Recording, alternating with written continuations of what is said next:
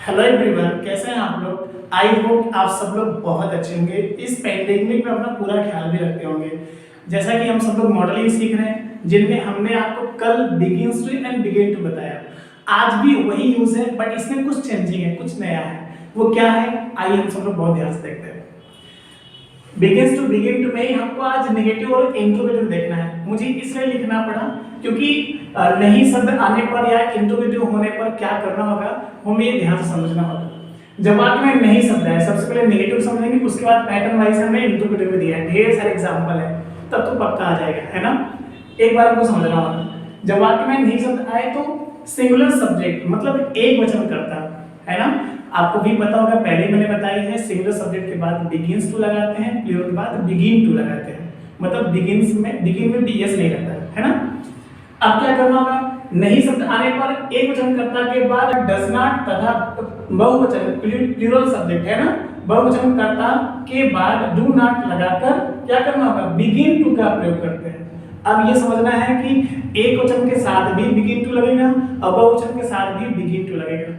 क्यों लगेगा वो हम एग्जांपल से क्लियर कर पाएंगे।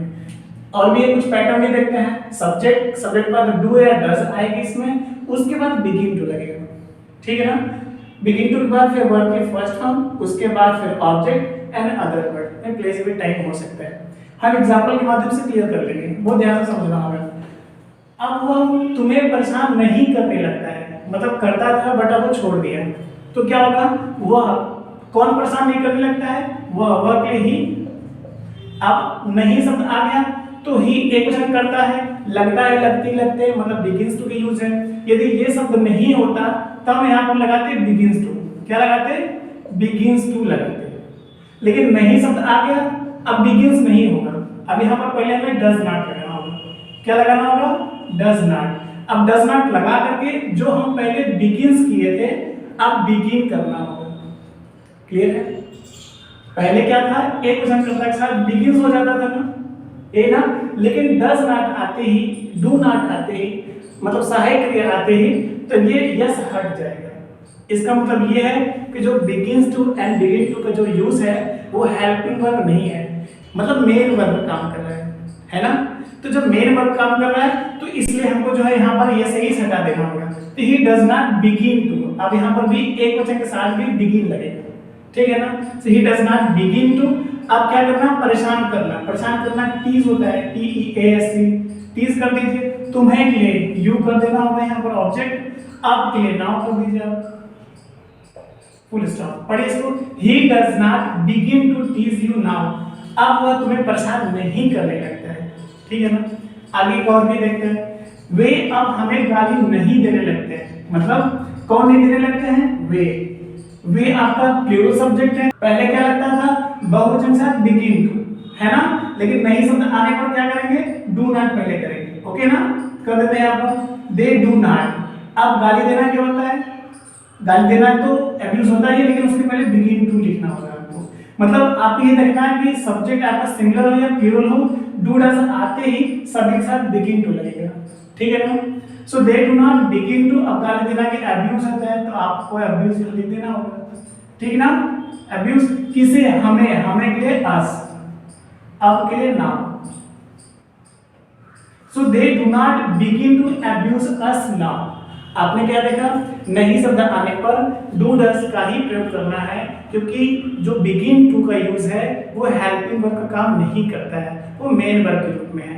तो हेल्पिंग वर्ब के रूप में हमें डू डज लेना पड़ेगा, और जब डू डज ले लेंगे तो हमें जो बिगिन करना पड़ता था वो बिगिन हो जाएगा। हमको बस इतना ही बताना है, ठीक है ना। यदि हम इसको यहाँ पर इरेज कर दे तो ये गलत नहीं होगा, क्योंकि नेगेटिव सेंटेंस में बिगिंस का प्रयोग करना ही नहीं है, होता ही नहीं है, ओके ना। आपको इस तरह से समझना होगा।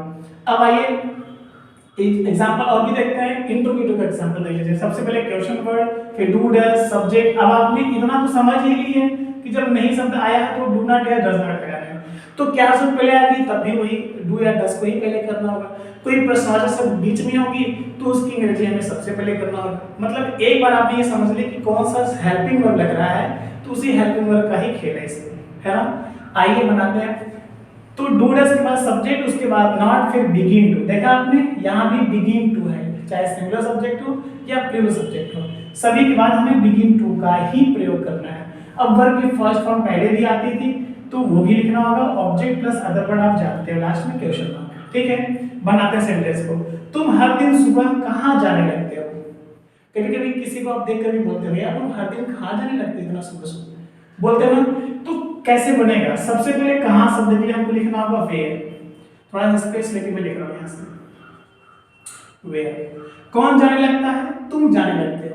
तुम आपका यू प्लूरल सब्जेक्ट है तो इंट्रोगेटिव में डू का प्रयोग करना होगा इसमें। प्लूरल सब्जेक्ट के बाद डू लगती है, सो वेयर डू यू, तुम के लिए यू। अब उसके बाद begin to, so where do you begin to, जाना के लिए गो। हर दिन सुबह, in the morning, in the morning. Okay ना। अब हर दिन के लिए डेली होता है तो आप डेली को लिख देना होगा, यहां पर लिख देते हैं लास्ट में क्वेश्चन मार्क। ठीक है ना, समझिए इसको। कहां शब्द के लिए मैंने वेयर लिखा, उसके बाद साइड के लिए डू लगाई क्योंकि यू प्लूरल सब्जेक्ट था, सो वेयर डू यू। अब सब्जेक्ट के बाद बिगिन टू लिखा ना आपने, देखिए सब्जेक्ट बाद नहीं शब्द होता तो नॉट लगाते या फिर उसके बाद बिगिन टू लगाना है, तो नहीं शब्द नहीं था, मैंने उसके बाद बिगिन टू कर दिया। वर्ब की फर्स्ट फॉर्म आई, जाना के लिए वो होता ही है। अब क्या बचा? सुबह, जो कि कहां के लिए हो चुका था, सुबह के लिए इन द मॉर्निंग, हर दिन के लिए डेली या एवरीडे। ठीक है ना, so where do you begin to go in the morning daily. चलिए एक और देखते हैं, वह इतना सुबह क्या खाने लगता है?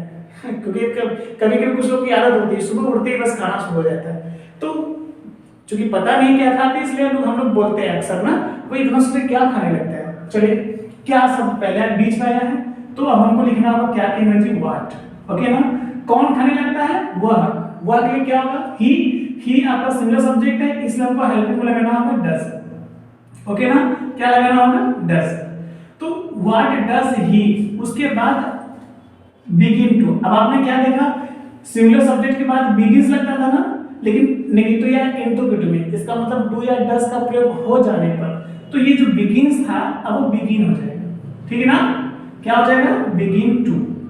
सो what does he begin to, खाना के लिए ईट होता है, ई ए टी कर दीजिए, ईट। अब इतना सुबह, सो अर्ली मॉर्निंग, बस so E A R L Y early morning, M O R N I N G, last में क्वेश्चन मार्क। ओके ना, so what does he begin to eat so early morning. ठीक है ना, clear है? आपको समझना है क्या सब पहले बीच में आया था इसलिए मैंने क्या व्हाट पहले लगाया, उसके बाद डज लगाया, क्यों? चूंकि ही वह के लिए ही सिंगल सब्जेक्ट है। अब सब्जेक्ट बाद बिगिन टू लिखना था, बिगिन टू के बाद वर्ब की फर्स्ट फॉर्म आएगी तो खाना के लिए ईट होता है।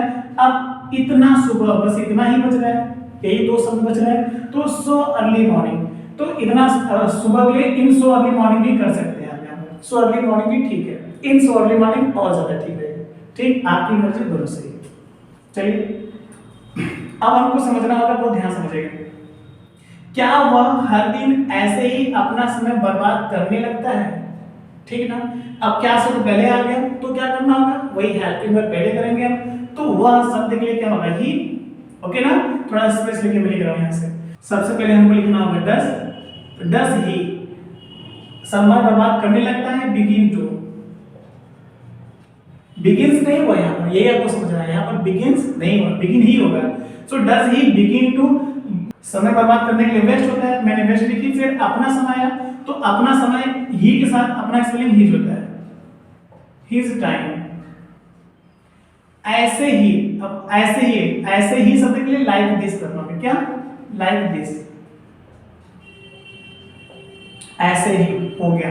हर दिन के लिए everyday, E V E R Y D A Y, last में क्वेश्चन मार्क, जो इंटरव्यू पढ़ रहे हैं हम।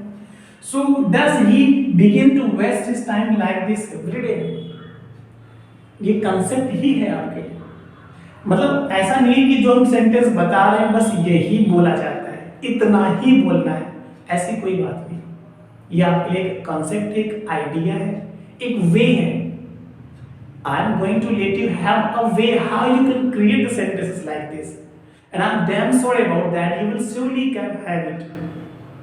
Will you? I hope so. So does he begin to waste his time like this every day? कर लेंगे, आगे भी देखते हैं। आप परेशान नहीं होइए, बहुत मस्त इंग्लिश आप बोलेंगे, फ्लुएंट भी बोलेंगे, बिल्कुल करेक्ट बोलेंगे, वो ज़्यादा इम्प्रेसिव होगा, आपको भी ज़्यादा प्राउड होगा। थोड़ा टाइम लगेगा, क्या फर्क पड़ता है, एक स्टेप हम सिखाने की जो कोशिश कर रहे हैं, एक स्टेप सिखाने की जो हमने प्रॉमिस किया आपको, वो हम अच्छे से कर रहे हैं। अब आप कितना सीरियस उससे लेकर के मुझे नहीं पता। यहाँ हर दिन कौन खेलने लगता है, ये बहुत प्यारा सेंटेंस है, थोड़ा सा इसमें आपको समझना होगा। कौन खेलने लगता है, अब आपको ये समझना है कौन शब्द के लिए हु होगा, ये तो आप पहले से जानते थे। अब मुझे ये जानना है कि हु आपका खुद ही सब्जेक्ट है, तो जब हु सब्जेक्ट है इसके बाद हमें डूडस नहीं लगाना है, क्योंकि डूडस लगाएंगे तो फिर से सब्जेक्ट लिखना पड़ेगा, वो सब्जेक्ट है ही नहीं, क्योंकि सब्जेक्ट ऑलरेडी आ चुका है पहले। अब जब हु खुद ही सब्जेक्ट है और डूडस आपको नहीं लगाना है, तो ये समझना है कि हम क्या लगाएंगे, बिगिन टू की बिगिंस टू। तब मैं आपको ये बताना चाहूंगा कि कौन शब्द के लिए हु जो होता है ये सिंगुलर सब्जेक्ट के रूप में माना जाता है, बहुत बार बता चुके हैं, है ना। तो जब हु सिंगुलर सब्जेक्ट है, यहाँ पर खेलने लगता है, तो लगता लगते के लिए हमको यहाँ पर फिर से बिगिंस करना पड़ेगा। Please mind it, who begins to खेलने लगता है, खेलना के लिए play, who begins to play, यहाँ के लिए हियर, हर दिन के लिए डेली, यहाँ पर डेली ही लिख देते हैं, DAILY, लास्ट में क्वेश्चन मार्क। ओके, तो who begins to play here daily, आपने क्या देखा, कौन शब्द के लिए हु लिखा मैंने, हु के बाद फिर बिगिंस टू, क्योंकि हु खुद ही सिंगुलर सब्जेक्ट है भाई, क्वेश्चन मार्क तो है नो डाउट, इसलिए तो क्वेश्चन मार्क लग रहा है, लेकिन ये सब्जेक्ट भी है, वो भी सिंगुलर सब्जेक्ट है। तो जब ये सिंगुलर सब्जेक्ट हुआ तो डूडस नहीं लगाना है आपको, फिर डायरेक्ट आप बिगिंस टू लिखिए। ओके, तो बिगिंस इसलिए करना पड़ा क्योंकि हु सिंगुलर सब्जेक्ट है, यही ध्यान देना। यहाँ पर कौन कौन होता है, यहाँ हर दिन कौन कौन खेलने लगता है, तो कौन कौन शब्द के लिए दो बार हु नहीं लिखेंगे, एक ही बार लिखेंगे, लेकिन ये प्लूरल सब्जेक्ट के रूप में हो जाएगा। तो जब प्लूरल हो जाएगा तो जो मैंने बिगिंस किया है अब बिगिन हो जाता, ठीक। जब कौन कौन रहेगा यहाँ पर तो हु प्लूरल हो जाएगा, तो प्लूरल होने के नाते बिगिन लगाते हैं, लेकिन एक बार आया है इसलिए हु आपका सिंगुलर है, तो सिंगुलर होने के नाते बिगिंस का प्रयोग होगा। तो हु बिगिंस टू, आप खेलना के लिए प्ले आप जानते हो, यहाँ शब्द के लिए हियर होगा, हर दिन जो कि टाइम है, लास्ट में लिखा मैंने डेली, DAILY। पढ़िए इसको एक बार, who begins to play here daily, कर लेंगे हम, मस्त है ना। आइए देखते हैं कुछ और। हर दिन कक्षा में कितने बच्चे शोर मचाने लगते हैं, कौन शोर मचाने लगता है, आप यदि कौन शब्द लगाएंगे सेंटेंस में तो आपको सब्जेक्ट मिल जाएगा, सेंटेंस जहां भी रहेगा सब्जेक्ट आपको तुरंत मिल जाएगा। चलिए, हर दिन कक्षा में कितने बच्चे शोर मचाने लगते हैं, कौन शोर मचाने लगता है, कितने बच्चे, कितने बच्चे, यही आपका सब्जेक्ट है। तो चलिए लिखते हैं इसको, सबसे पहले यहां से लिखते हैं, हाउ मेनी बच्चे, चिल्ड्रेन होगा, CHILDREN, हाउ मेनी चिल्ड्रेन। अब समझिएगा, जब प्रश्नवाचक शब्द ही सब्जेक्ट बन जाए तो प्लीज माइंड इट, यदि आपको क्लियर नहीं है कंसेप्ट तो पिछला जो वीडियोस है मैंने जो दे रखी है अभी तक, प्रेजेंट टेंस मुझे लगता है आपको अच्छे से देखना चाहिए, जाकर के सारी टेंस का कंसेप्ट ही क्लियर हो जाएगा आपको। प्लीज पीछे जाकर के अच्छे से देख लीजिए, ठीक है। तो हाउ मेनी चिल्ड्रन आपका सब्जेक्ट हो गया, ये खुद ही सब्जेक्ट है। अब जब प्रश्नवाचक शब्द ही सब्जेक्ट बन जाएगा तो हमको डूडस नहीं लगाना है भाई, डूडस यहाँ पर नहीं लगेगा। अब ये देखना है कि ये प्रश्नवाचक शब्द जो सब्जेक्ट बना है वो सिंगुलर है या प्लूरल है, तो मुझे लगता है कि ये हाउ मेनी प्लूरल है ना, तो प्लूरल होने के नाते हमें डूडस तो लगाना नहीं है। अब ये तय करना है कि बिगिंस टू होगा कि बिगिन टू होगा, तो प्लूरल के साथ तो बिगिन लगता है। चलिए, begin to, how many children begin to, शोर मचाने लगता है, शोर मचाने की साउंड कर देते हैं, मेक नॉइज भी होता है, साउंड। कहां, कक्षा में, in the class, in the class. हर दिन, डेली कर देते हैं यहां पर, DAILY, ओके ना, लास्ट में क्वेश्चन। पढ़िए इसको एक बार, कितने बच्चे सब्जेक्ट रूप में था इसलिए मैंने हाउ मेनी चिल्ड्रन को पहले करना ही था, अभी चूंकि क्वेश्चन वर्ड भी है इसलिए भी पहले आएगा। अभी सब्जेक्ट हो गया तो डूडस न लगाकर मैंने बहुवचन के अनुसार प्लूरल सब्जेक्ट को मान करके बिगिन का प्रयोग किया, तो बिगिन टू के बाद वर्ब की फर्स्ट फॉर्म आती, तो शोर मचाने के लिए साउंड मैंने कर दिया, मेक नॉइज भी होता है। तो how many children begin to sound, अब कहां, क्योंकि ये सारी चीजें हो चुकी है, कक्षा में बचा, तो इन द क्लास हो गया, हर दिन के लिए डेली या एवरीडे करना होगा आपको, मैंने वहां पर कर दिया, कर लेंगे आप लोग भी। ठीक, इस रास्ते पर तुम्हारा कौन पीछा करने लगता है? अब यहां पर फिर से आपको समझना, इस रास्ते पर तुम्हारा कौन पीछा करने लगता है, फिर से यहां पर कौन शब्द के लिए हमें हु लिखना होगा। हु आपका सिंगुलर सब्जेक्ट है, हु आपका सिंगुलर सब्जेक्ट है, क्यों? क्योंकि कौन शब्द एक बार आया है, दो बार होता तब हु आपका प्लूरल हो जाता है। रूल क्या है, हु के बाद कोई सहायक क्रिया डू डज नहीं लगा, तब क्या करते हैं, तो जब डू डज नहीं लगाना है तो डायरेक्ट आपका वर्ब आएगा, तो पीछा करने लगता है, तो लगता है, लगती है, लगते के लिए आपको बिगिंस टू का प्रयोग करना होगा। तो B E G I N S begins to, पीछा करना के लिए फॉलो कर देते हैं यहाँ पर F O L L O W, follow, तुम्हारा के लिए यू से करना होगा। ओके, तो who begins to follow you, इस रास्ते पर, बस इतना ही बचा, ऑन दिस वे, बस ऑन दिस वे, लास्ट में क्वेश्चन मार्क। ओके, देखिए इसको एक बार समझाते हैं, एक वर्ड समझाएंगे। सबसे पहले कौन शब्द के लिए मुझे हु लिखना होगा, हु सिंगुलर सब्जेक्ट है इसलिए बिगिंस टू, डू डज लगाना नहीं हमको, क्योंकि हु खुद ही सब्जेक्ट है, तो हु बिगिंस टू, बिगिंस इसलिए करना पड़ेगा, ये सिंगुलर है, समझ में आ रहा है ना, मैं बार-बार बोल रहा हूं, समझिए। बिगिंस टू के बाद वर्ब की फर्स्ट फॉर्म, पीछा करने के लिए फॉलो होता है, चेस भी होता है, फॉलो मैंने सिंपल कर दी, क्योंकि हमें स्पेस करना है, तुम्हारा के लिए सिर्फ यू लिखना होगा, ठीक है ना, ऑब्जेक्ट है। So who begins to follow you, तुम्हारा कौन पीछा करने लगता है, वो क्या, कहां, इस रास्ते पर, ऑन दिस वे, यहां पर नीचे में लिखा है on this way, on this way, WAY कर लेंगे। गुड, एक और भी देखते हैं जल्दी से, क्या वे ऐसे ही हर रविवार को तुम्हारे साथ खेलने लगते हैं? कौन खेलने लगता है, अब कौन लगाएंगे, तो वे खेलने लगते हैं। क्या शब्द पहले आया है, तो आपको वे के लिए दे करना होगा, एक्चुअली क्या शब्द पहले आया है, तो देख शब्द क्या लगती है, डू या डज, डू प्लूरल है इसलिए, दे प्लूरल है इसलिए क्या लगाना होगा हमको, डू, तो क्या शब्द पहले है, वो डू पहले कर देंगे, डू दे, ओके ना। नहीं शब्द होता तब तो यहां पर नॉट लगाते, नहीं है तो क्या करना होगा, लगता है, लगती, लगते के लिए बिगिन टू करना होगा। डू दे बिगिन टू, खेलना के क्या होता है, प्ले, आप जानते ही हो, किसके साथ, तुम्हारे साथ, विद यू, ओके ना।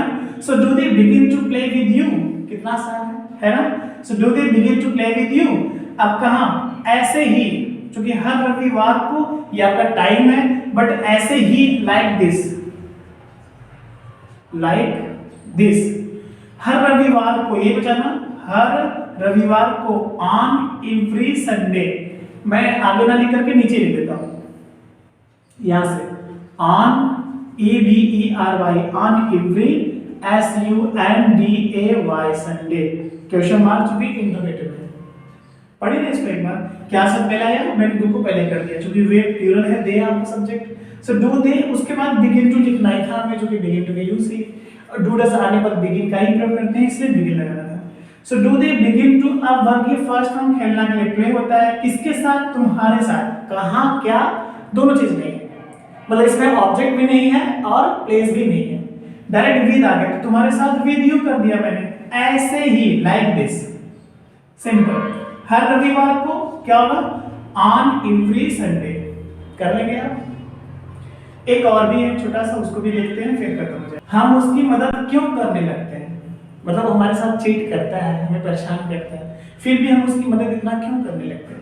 चलिए इस क्यों शब्द को हम सबसे पहले लिखेंगे, हम यहां से लिख देते हैं, वाई, कौन करने लगता है, हम करने लगते हैं, हम के लिए वी होता, प्लूरल सब्जेक्ट है इसलिए डू लगाना है, सो वाई डू वी, करने लगते हैं, बिगिन टू, बिगिन टू, क्या मदद करना के लिए हेल्प होता है, हेल्प भी लिखना होगा आपको, उसके लिए help, why do we begin to help her, हम उसकी मदद क्यों करने लगते हैं, शायद हो भी गया और कुछ नहीं बचा है, लास्ट में क्वेश्चन मार्क कर देना होगा। अब ये समझना था इसमें कि क्यों शब्द के लिए वाई होता है, उसके बाद हमने डू लगाया, क्योंकि वी हम के लिए वी प्लूरल सब्जेक्ट है, अब उसके बाद सब्जेक्ट के बाद बिगिन टू लिखना होगा, ठीक ना। So why do we begin to, help करना, मदद करना के लिए हेल्प होता है, उसके लिए हम हेल्प करना होगा, ठीक है। तो मैंने ये जो आपको दी सिर्फ कंसेप्ट के ही रूप में था, एक आइडिया था, एक छोटा सा तरीका था कि इस तरह से आप सेंटेंस बना करके बोल सकते हैं। इसमें आप पार्टिसिपल लाइए, स्पेशल यूज लगा दीजिए, आप जो भी यूज बेहतर समझते हैं उसको ऐड करके आप बोल सकते हैं। बहुत ज़्यादा मजा आने वाला है आपको। उम्मीद है कि सारी चीज़ें आपको एक बार में समझ में नहीं आई। इस तरह से आप खुद से भी बनाने की कोशिश करेंगे और आप ज़्यादा से ज़्यादा मुझे लगता है बनाना भी चाहिए। बना करके आप उसका पिक लीजिए, हमारे जो है टेलीग्राम पर ग्रुप में आप हमको पेस्ट कीजिए। कमेंट करके भी हमें बताइए कि क्या चीज़ें आपको अच्छी लगी और क्या नहीं समझ में आया। मैं हर पल आपके साथ रहूँगा। जो मेरा सपना है कि मैं हर तरह से आपकी मदद करना चाहता हूँ, तो प्लीज़ आपका भी थोड़ा साथ बनता है। Wish you very all the best. Please अपना पूरा ख्याल रखिएगा। Thank you so much. Love you all really.